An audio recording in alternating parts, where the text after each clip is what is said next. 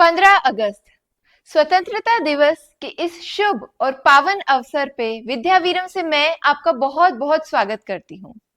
आज इस पावन अवसर पे हमारे साथ एक बहुत ही खास व्यक्ति प्रस्तुत हैं, जिन्होंने पिछले 17 साल हमारे इंडियन आर्मी में एज अ टेक्निकल असिस्टेंट सर्व किया है।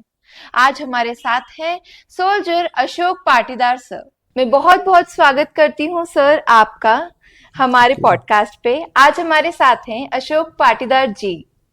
Thank you so much sir. Sir, शुरुआत करती हूँ आज के पॉडकास्ट की आपके अनुभव और आपके बारे में। सर प्लीज हमें, हमारे व्यूअर्स को आपके बारे में प्लीज कुछ बताइए, आपके अनुभवों के बारे में बताइए। जय हिंद। आज सबसे पहले मैं स्वतंत्रता दिवस की आप सबको बहुत बहुत शुभकामनाएं देता हूं। मैं अशोक पाटीदार बागली तहसील से बिलोंग करता हूं और पिछले महीने रिटायर्ड होकर आया हूं आर्टिलरी रेजिमेंट ऑफ आर्टिलरी से 3 to 4 रेजिमेंट से अपने 17 साल पूरे करके आया हूं। और इस 17 साल की सर्विस में जो मैंने काफ़ी चैलेंजिंग दिन भी आए और पारिवारिक समस्याएं भी आई, इन सब का तालमेल बिठाते हुए एक अच्छे तरीके से मेरे 17 वर्ष पूरे हुए, जिसमें मेरे परिवार का सहयोग काफ़ी रहा, मेरे दोस्तों का सहयोग अच्छा रहा और उसी की वजह से मैं आज सही सलामत सकुशल अपने घर आया हूँ। सर, एक इंडियन आर्मी सोल्जर की क्या रिस्पॉन्सिबिलिटीज होती हैं? एक इंडियन आर्मी सोल्जर की रिस्पॉन्सिबिलिटी 2 हिस्से में बढ़ जाती है। एक अपने देश के लिए, अपनी ड्यूटी के लिए, और एक अपने परिवार के लिए। उसको एक साथ इन दोनों ड्यूटियों को तालमेल बिठाना पड़ता है, अच्छे से निभाना पड़ता है, ताकि उसका परिवार भी सही तरीके से अच्छी तरह से चल सके और उस परिवार की वजह से उसकी ड्यूटी के दौरान उसको कोई दिक्कत ना आए। दोनों में तालमेल बिठा के अगर उसने अच्छे से कर सका तो वो अपनी सर्विस को, जो उसको दायित्व और कर्तव्य है उसके, वो अच्छे से निर्वहन कर पाएगा। सर, मैं या कोई भी आम इंसान इंडियन आर्मी या कोई भी मिलिट्री फोर्स के बारे में उतना ही जानता है जितना शायद हम मूवीज में देखते हैं। तो सर, क्या डिफरेंस होता है मूवी से एक्चुअल रियलिटी में? डिफरेंस तो काफ़ी रहता है कि एक्चुअल जो होता है वो क्या ग्राउंड के ऊपर होता है, वहाँ पर रीटेक का कोई ऑप्शन नहीं है, पहली चीज़। क्योंकि जो ग्राउंड पे हो गया वापस रीटेक होएगा नहीं। अब आगे ही बढ़ना हमारे पास आखिरी मौका रहता है, या तो आगे बढ़े, पीछे हटने का तो कोई चांस नहीं है।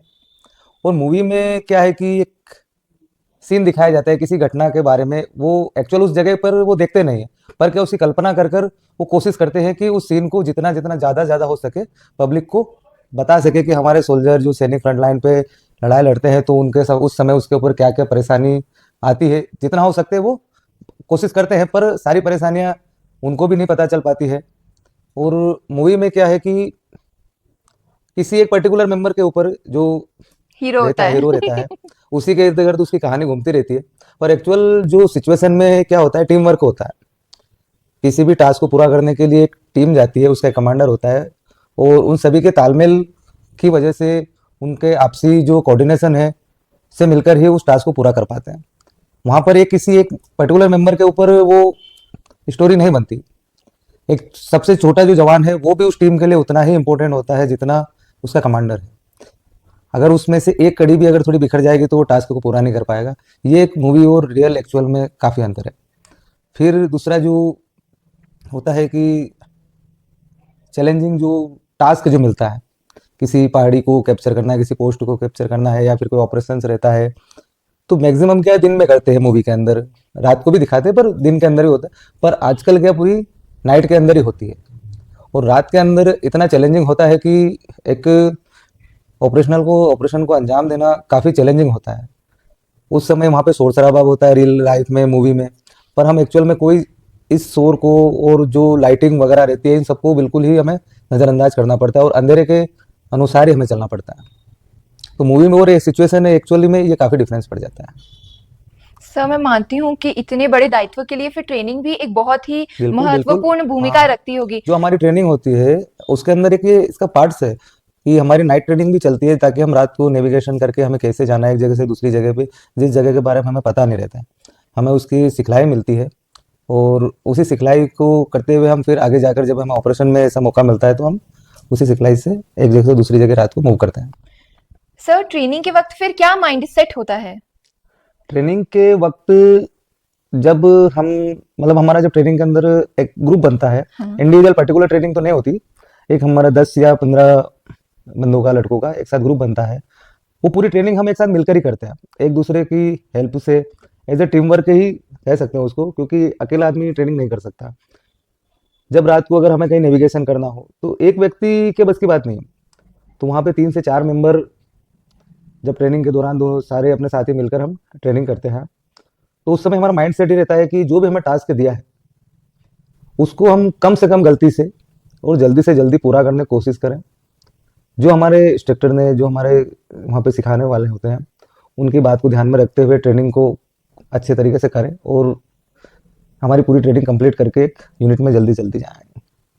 सर लाइफ कैसी है इंडियन आर्मी में? लाइफ इंडियन आर्मी की जब बेस्ट, वजह यह है कि एक आम इंसान और इंडियन आर्मी में एक दोहरा दायित्व उसको निभाना पड़ता है। एक सिविल इंसान का भी उसको निभाना पड़ेगा, अपने परिवार को भी देखना पड़ेगा, और उससे उसको छोड़कर वो जाता है तकरीबन 9 महीने, साल भर में 9 से 10 महीने वहाँ रहता है, तो काफ़ी चैलेंजिंग पड़ जाता है वो चीज़। सर जैसे वॉर की टाइम की अगर हम बात करें, तो दुश्मन अगर सामने खड़ा हो और आपको आपकी टीम मेंबर को कोई भी मैसेज या कोई भी बात कहनी हो, तो आप कैसे फिर शेयर करते हैं? वार के समय एक्चुअल क्या सिचुएशन के ऊपर डिपेंड करेगा ये, कि आपकी टीम अगर कहीं मूव कर रही है किसी पहाड़ी या पोस्ट को कैप्चर करने के लिए, तो जाहिर से बिखरी हुई ही जाएगी, एक साथ क्लोजली तो जाएगी नहीं। तो जाने से पहले ही हम हमारे इशारे मुकर्रर कर लेते हैं कि रात को अगर ऐसे मैं इशारे करूंगा तो उसका सिग्नल क्या होगा। ये डिकोडिंग हम रात के समय जाने से पहले, हमारी प्रिपरेशन पहले ही हो जाती है। ये तो तब हो गया जब हम साथ में हैं और एक दूसरे की आवाज़ सुन सकते हैं तब।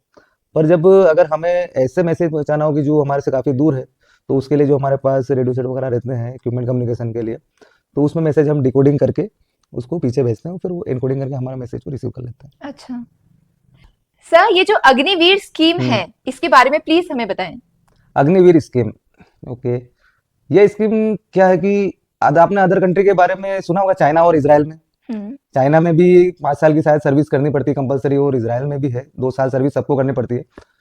अग्निवीर का क्या है कि पहले जब कोई जवान आर्मी में जाता था तो वो उसकी सर्विस उसी दिन से शुरू हो जाती थी, और वो लास्ट रिटायरमेंट तक ही उसके पास ऑप्शन वही रहता है कि मैं यहाँ पूरी सर्विस करूँ। पर अग्निवीर में क्या मौका दिया हुआ है कि एक लड़का बच्चा जाता है, उसको इतना पता नहीं रहता है कि मेरा फ्यूचर क्या है, पर उसके अंदर अगर जुनून है, वो चाहता है कि मैं देश की सेवा करना मैं चाहता हूँ, तो मैं एक मौका मुझे मिले तो मैं कर सकूँगा, तो वो अग्निवीर में भर्ती होने के लिए काफ़ी बेस्ट ऑप्शन है। उसमें क्या है कि 4 साल सर्विस उसको देना पड़ती है, पर उस 4 साल की सर्विस के दौरान ऐसा नहीं कि उसको अलग रख कर दिया जाता है, उसको सेम ट्रेनिंग दी जाती है, जो ट्रेनिंग पहले दी जाती थी वही ट्रेनिंग अभी दी जाती है, सेम ड्यूटी वो करता है और उसको हर चीज़ सिखाई जाती है।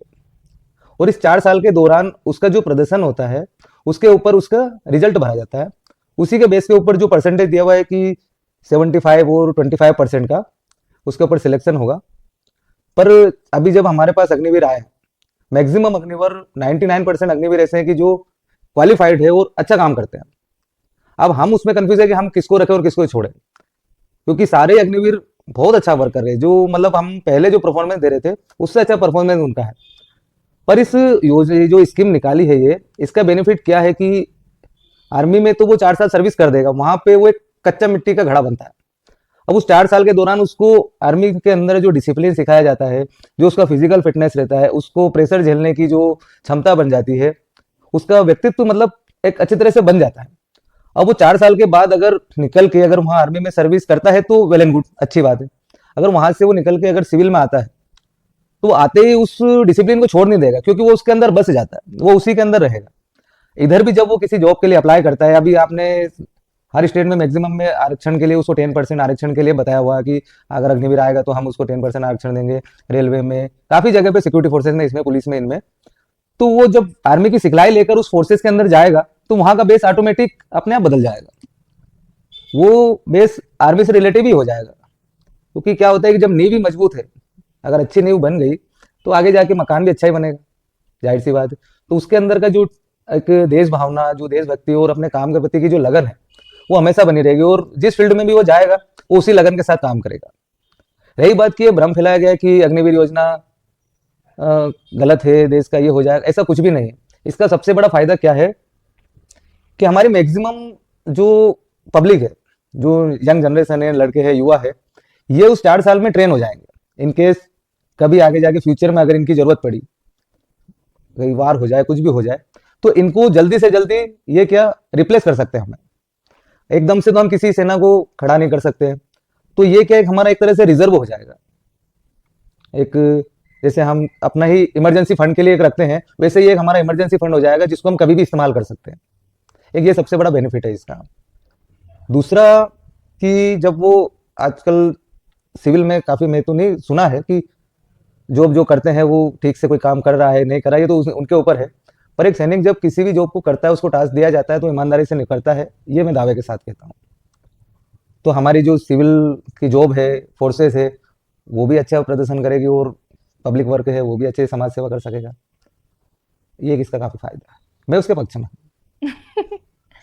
सो ये आपकी बातों से बहुत क्लैरिटी मिली है, हमें ये तो क्लियर समझ में आ गया है कि आप भी अग्निवीर स्कीम के पक्ष में हैं। बिल्कुल। सर एक ये पूछना चाहूंगी मैं आपसे कि जैसे इंडियन आर्मी है, एसपीजी कमांडो है, एनएसजी कमांडो है, आईबी है, रॉ है, इन सब में क्या डिफरेंस होता है? इंडियन आर्मी, इंडियन आर्मी एक तरह से एक बरगद का पेड़ है। आपने उसका तना जो है उसको आप कह सकते हो ये आर्मी है, इंडियन आर्मी। अब उसकी जो शाखाएं जो अलग अलग बट रही है, वो उन्हीं शाखाओं को अगर हम कहें तो कोई एसपीजी है, कोई एनएसजी कमांडो है, कोई रा है, एक उसी पेड़ से निकले हुए अलग अलग विभाग है। इसमें इनमें जो भी इंडियन आर्मी में जाता है वहीं पर ही कोर्स करके उसी में से बंदे सिलेक्ट करके इन विभागों के अंदर जाते हैं और अपनी सेवाएं देते हैं। डिफरेंस इसमें एक अलग रहता है कि अलग अलग विभाग का अलग अलग टास्क है। यूं तो वो रहेगी एक इंडियन आर्मी ही, पर इनका क्या टास्क सबको उनके जो उनकी क्षमता है उस हिसाब से दिया जाए। जैसे आपने कहा कि एनएसजी, नेशनल सिक्योरिटी गार्ड, तो वो क्या खासकर वीआईपी गार्ड के लिए है, तो उनको उनकी जो ट्रेनिंग होती है कमांडो ट्रेनिंग, वो उसके रिलेटिव रहती है। एसपीजी रहती है स्पेशल पैरा फोर्स, तो वो ऑपरेशनल एरिया के लिए है। रा हो गई जो इंटेलिजेंस के लिए। तो इनका सबका क्या अलग अलग टास्क होता है और उसी इंडियन आर्मी में से ही बंदे सिलेक्ट करके इनके अंदर जाते हैं। बस इनका काम का डिफरेंस रहता है, बाकी है एक ही पेड़ की शाखा है सारी। सर बहुत सारी बातें और इन्फॉर्मेशन तो आपसे ले ली, अब मैं वापस फोकस करना चाहूंगी आप ही की लाइफ के बारे में, आप ही के एक्सपीरियंसेस के बारे में। सर ऐसी कोई सिचुएशन जहां आपको लगा हो कि आपका बचना मुश्किल था, प्लीज हमें शेयर कीजिए।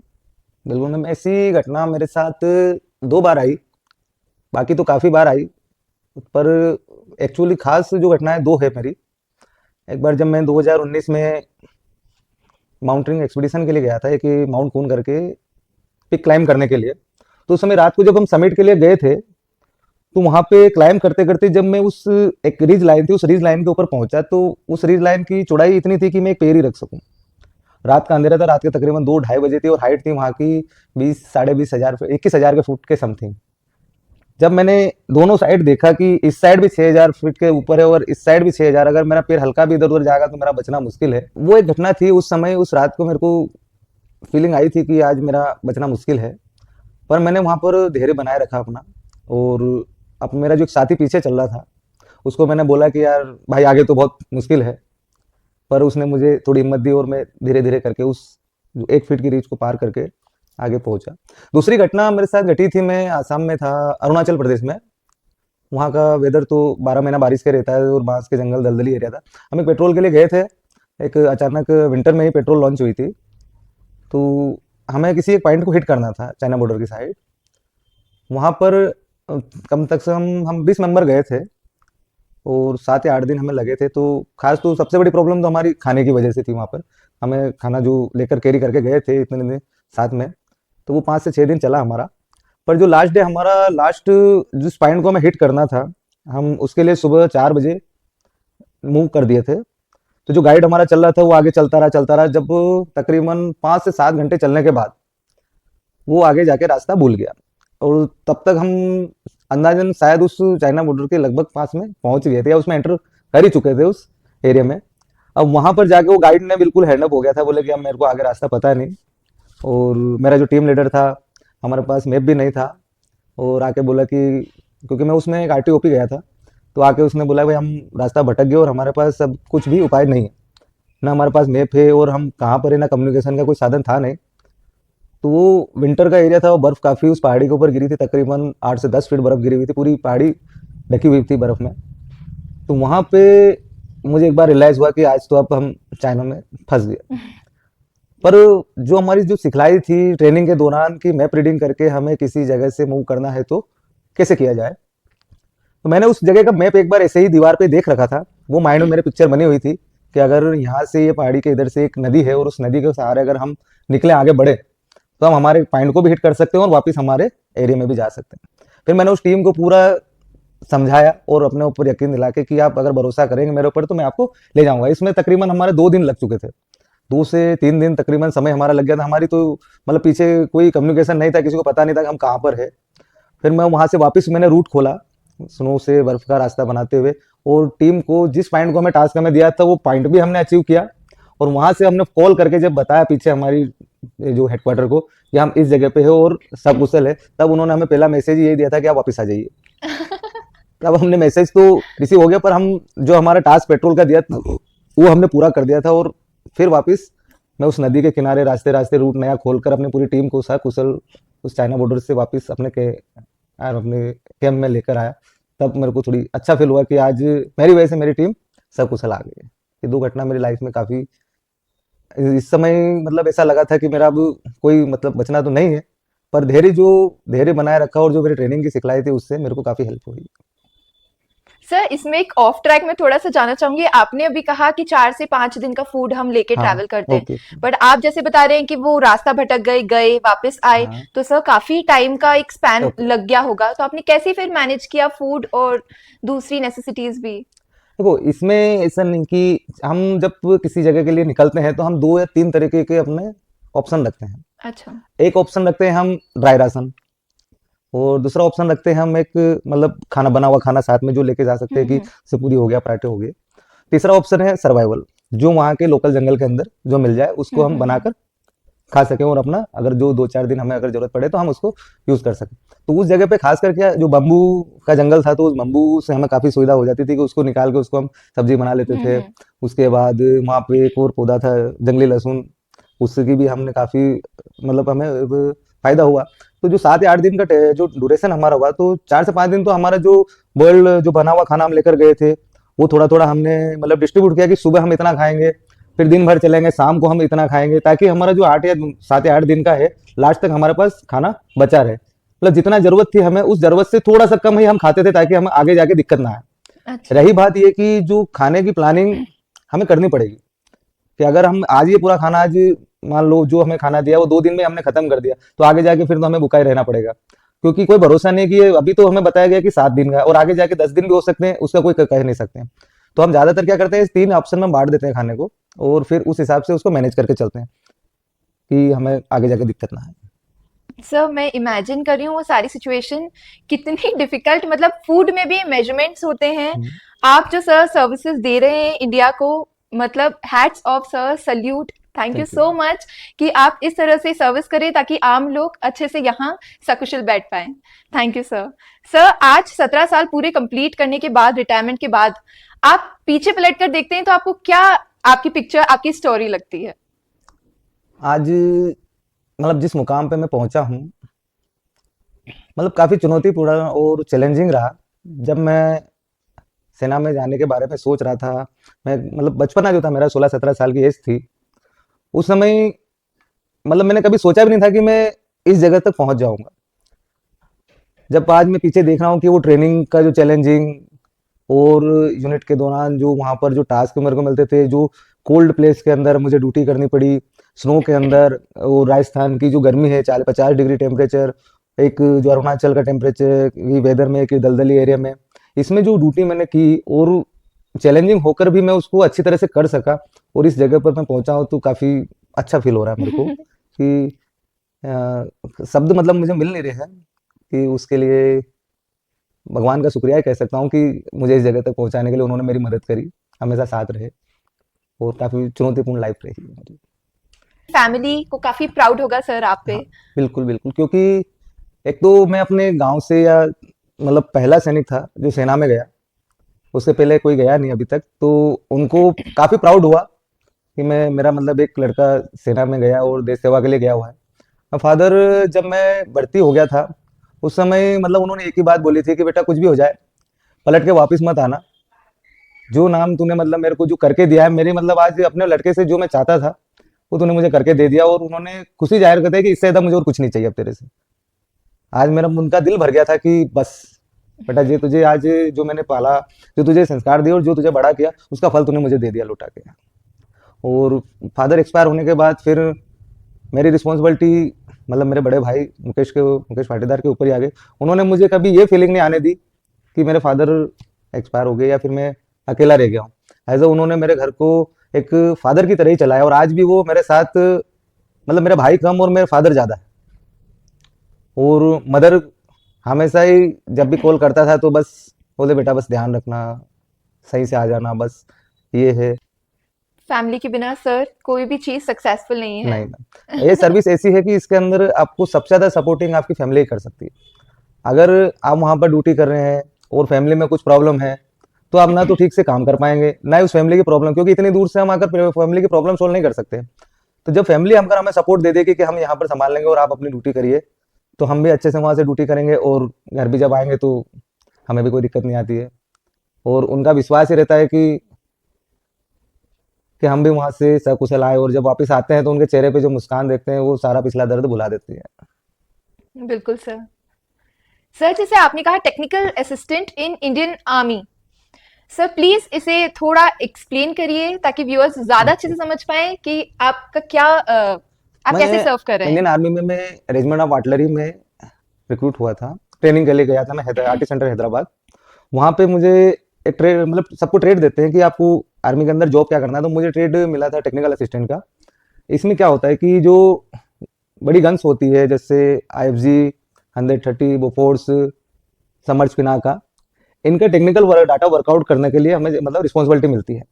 इसकी फायरिंग के लिए जो भी जरूरी डाटा होता है वो वर्कआउट करने के लिए कुछ प्रोसेस होती है।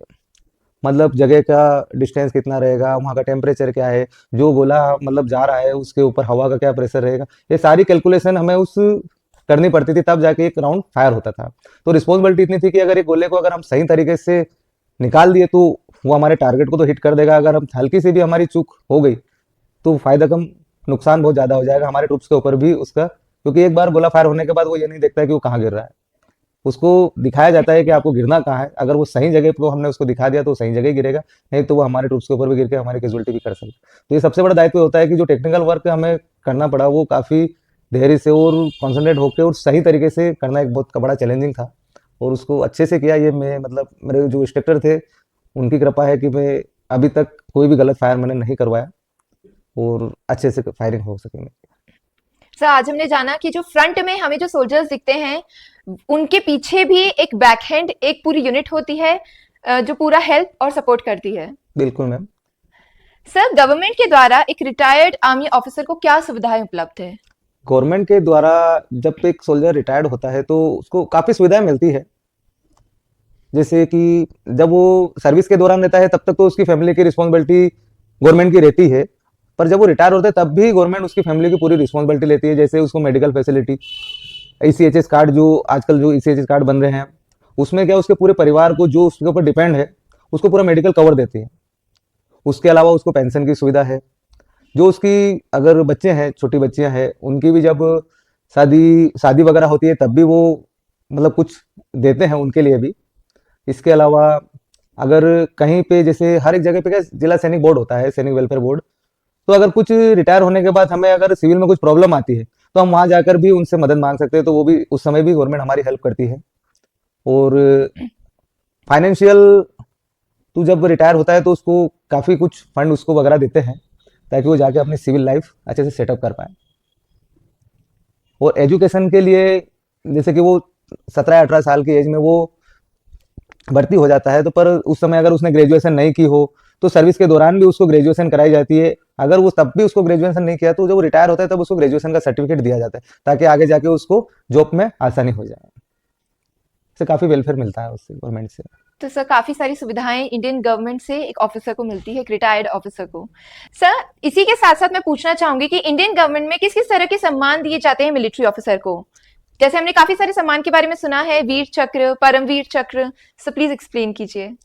देखिए, जो आपने जो सम्मान के बारे में आप कह रहे हैं कि परमवीर चक्र, कीर्ति चक्र, सेना मेडल, ये सब क्या एक सैनिक को मोटिवेट करने के लिए दिए जाते हैं। और अगर किसी सैनिक को दिया जाता है कीर्ति चक्र, तो उससे जो दूसरे सैनिक है वो भी मोटिवेट होते हैं।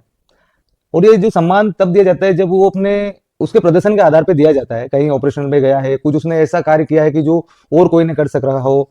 मतलब अगर वो कहीं पोस्ट पे जा भी रहा हो, वो पीछे नहीं हट रहा है, सामने दुश्मन भी आ गया हो, फिर भी उनसे भिड़ रहा हो, और जाते हुए भिड़ते हुए अगर अपनी शहादत, अपना बलिदान भी दे दिया हो, तो उसके बलिदान को सम्मान देने के लिए ये उसको अवार्ड दिया जाता है। जैसे सेना मेडल हो गया, परमवीर चक्र हो गया, कीर्ति चक्र हो गया है, ताकि एक उसे एक अच्छे सम्मान की नजर से उसको सिविल में उसको इज्जत दी सके, ये चीज। सर क्या क्या बदलाव आपके हिसाब से होनी चाहिए इंडियन आर्मी में? इंडियन आर्मी में काफी, अभी तक तो काफी बदलाव हो चुके हैं। पहले से जब मैं भर्ती हुआ था और आज के समय तक तो काफी बदलाव आ गए। जैसे खाने में भी काफी बदलाव हो गया है, वहाँ के रहने, खाने पीने, और जो क्लोथिंग वगैरह, उनमें, वेपन में, इक्विपमेंट में। पर एक चीज ये है कि अगर हमें समय के साथ चलना है तो हमें टेक्नोलॉजी का इस्तेमाल करना पड़ेगा। जैसे जैसे आजकल के टेक्नोलॉजी बदलती जाती है, आज जो टेक्नोलॉजी है 2 महीने के बाद उसको अपग्रेड करके नेक्स्ट टेक्नोलॉजी आ जाएगी। जैसे पहले 3G 2G था, फिर 3G आया, 4G, अभी 5G, दुनिया 6G पे चली गई है। अगर हम 2G पे रहेंगे तो फिर हम उनके साथ कॉम्पिटिशन नहीं कर पाएंगे। अदर कंट्री के साथ अगर हमें मिलकर चलना है और अपनी सेना को एक मजबूत बनाना है तो हमें टेक्नोलॉजी को अपनाना पड़ेगा। और सही समय पे सही तरीके से उस टेक्नोलॉजी को हम अपनाकर और उसको अपने अंदर ट्रेनिंग के अंदर शामिल करके अगर हम आगे बढ़े तो हमें आगे जाके कोई दिक्कत नहीं आएगी। तो मैं सबसे ज्यादा बदलाव तो मतलब टेक्नोलॉजी के ऊपर देना चाहता हूँ कि टेक्नोलॉजी के हिसाब से आज हमारी जो इंडियन आर्मी है उसको भी मॉडिफाई करना चाहिए।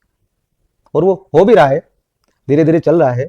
पर आगे कंटिन्यू अगर ये रहा तो हमें कोई पीछे नहीं कर सकता है। बिल्कुल सर, आपने आज जो भी ये स्पेशल मैसेजेस, एक्सपीरियंसेस और अवेयरनेस शेयर करी है, उसे आई एम वेरी श्योर कि व्यूअर्स को बहुत अच्छा लगेगा और बहुत कुछ जानने सीखने को मिलेगा। साथ ही इंडियन आर्मी के कंट्रीब्यूशन को भी वो समझ पाएंगे कि वो देश के लिए क्या कर रहे हैं, किस तरह के सैक्रिफाइसेस, किस तरह की ट्रेनिंग से वो वेल प्रिपेयर्ड होते हैं और हमारे देश को सुरक्षित रखते हैं। Thank you so much sir, आज हमें अपना कीमती टाइम देने के लिए, इतने शॉर्ट नोटिस पे आप आए और हमें अपना टाइम दिया। Thank you so much sir. जय हिंद मैम। जय हिंद। इंडियन आर्मी हमारी देश का प्राइड है। ये वो लोग हैं जो देश के लिए अपनी जान देने का जज्बा रखते हैं। आज के पॉडकास्ट में हमने जाना कि कैसे फ्रंट हैंड के साथ साथ बैक हैंड में भी सोल्जर्स अपने कर्तव्यों का निर्वाह कैसे करते हैं, कैसे अपने परिवार से दूर रहकर भी वो अपनी कंट्री को सर्व करते हैं। आज हम इतने सुरक्षित इसीलिए हैं क्योंकि इंडियन आर्मी देश की बॉर्डर पर हमारी सुरक्षा कर रही है। उम्मीद करती हूँ आज का पॉडकास्ट आपको बहुत ही पसंद आया होगा। आप प्लीज हमारे चैनल को लाइक कीजिए, ज्यादा से ज्यादा लोगों के साथ शेयर कीजिए और सब्सक्राइब जरूर कीजिए। Thank you so much for watching.